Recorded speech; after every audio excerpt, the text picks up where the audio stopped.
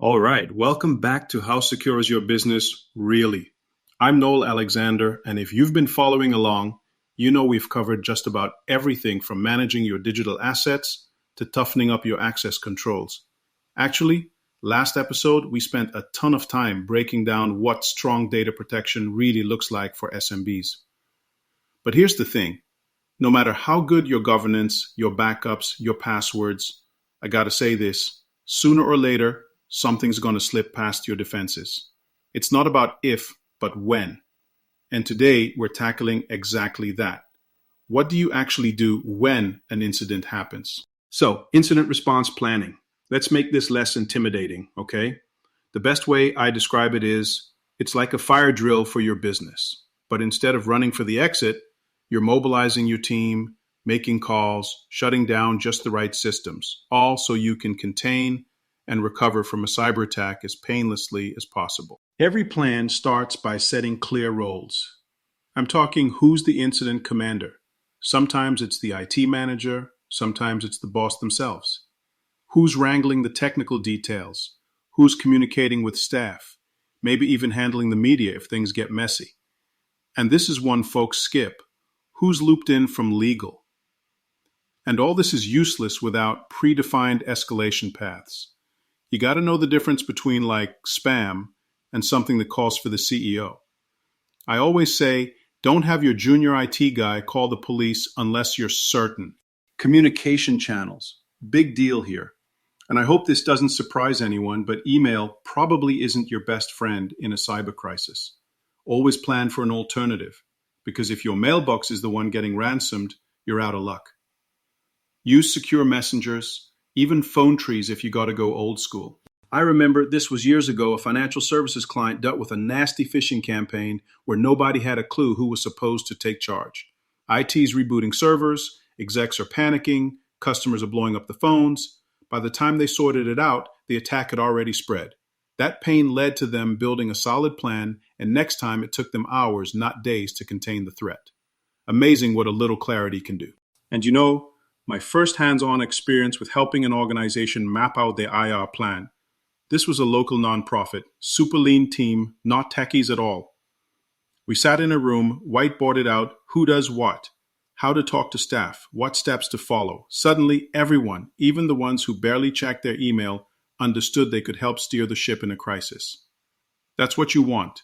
Simple, accessible plans written in plain language and stored somewhere you can reach them if, say, your server just went poof.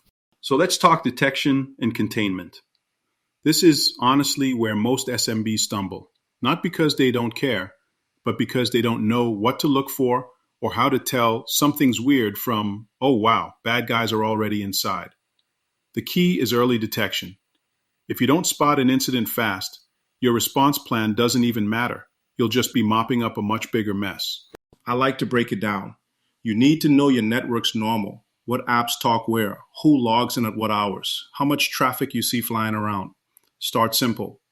Indicators of compromise, those little clues like repeated failed logins at 2 a.m.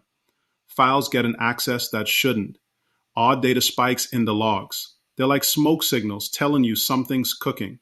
Now, it doesn't need to be an expensive SIEM system, but a logging platform, some endpoint detection, that will help highlight the noise. But don't automate everything and tune out. Automated tools are great, but you still want a set of human eyes to review those critical alerts before pulling the fire alarm. I'll give you two quick stories here. A tale of two breaches. First, an e-commerce company picks up strange spikes in late-night database queries.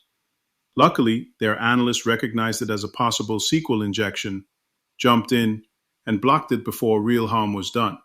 Contrast that with a regional hospital that got hit with ransomware. Instead of pulling the plug on everything, they followed their IR playbook, isolated the infected areas, swapped to, get this, paper for a bit, and restored from clean backups. Boom. Backup in just 3 days, which in healthcare is miraculous. Both cases, early notice, decisive action.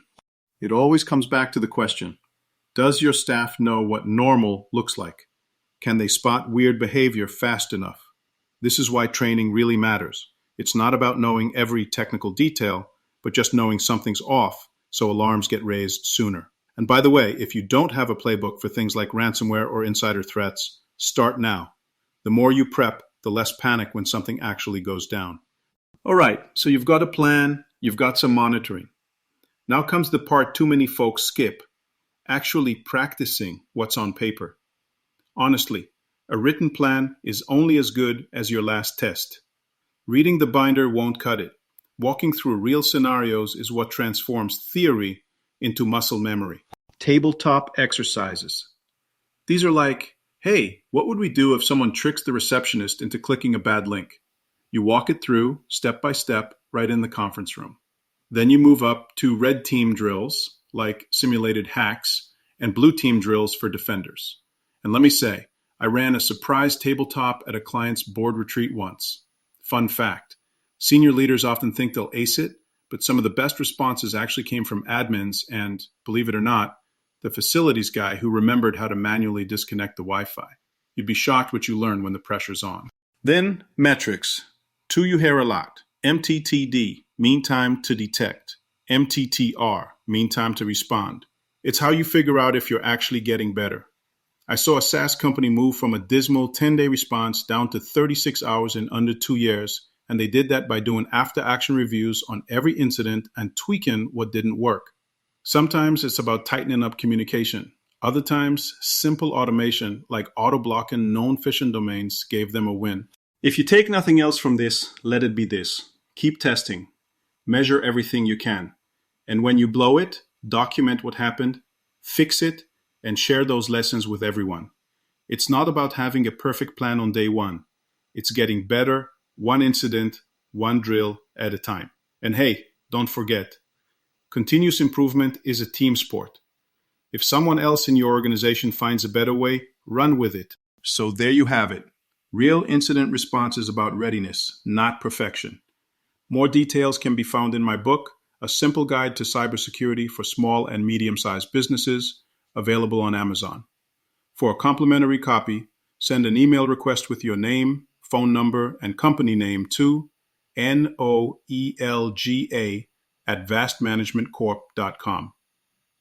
We'll keep digging even deeper in our next episodes, security awareness and training. Thanks for listening.